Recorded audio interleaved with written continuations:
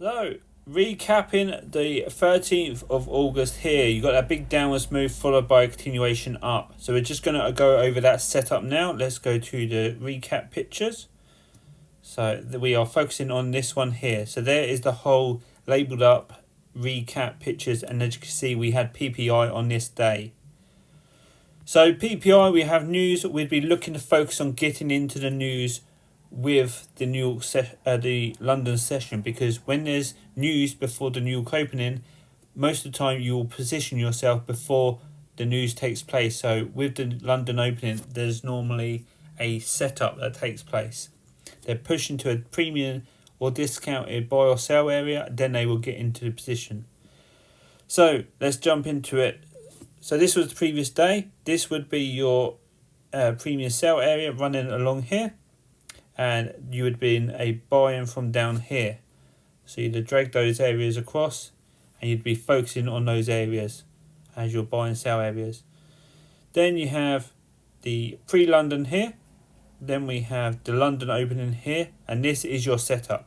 London opening takes place, doesn't give you any real setup, pushes up, takes liquidity from this high. Does it take from liquidity from this high? No, it just falls short of that. And then shows you reversal sign. So that is your sell entry. This is the London opening, and you can see here it pushes down, comes back up, retests that London opening level, which is here, and gives you another sell entry. And then you've got a nice big sell off, and that's targeting Asian session low once again, and then the previous day lows down here, and the previous lows which are in this discounted buy area. The biggest confirmation here is prices taking the previous day low. This is a major low where most partial profits would need to be taken. So as that clears that low, that means we are taking most of the profit off the table, and there is a big chance of reversal. And what this does is gives the London traders an opportunity to sell hard in a constructive way. Then they get into their buys for the news. So that's exactly what they got here. London session, they pushed down hard and then got into the buys after taking the previous day low.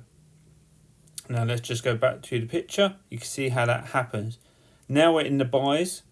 Once you start to see that reversal after taking the previous day low, you can get into the buy once you see that rejection, using the low as your stop loss.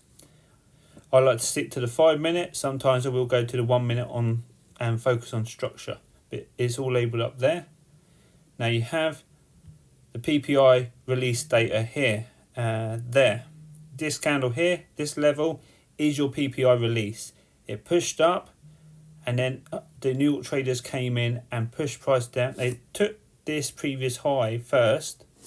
I think that's the previous daily high, and then pushed price back down to retest the PPI level here. This is all following trade templates. It finds support at that level and continues the upwards trend, which means the London traders are in buys from down here and the New York traders are in big buys from here. And if we go back to the picture, you can see how that plays out. It's just about positioning the New York traders and the London traders so they can both benefit of the news.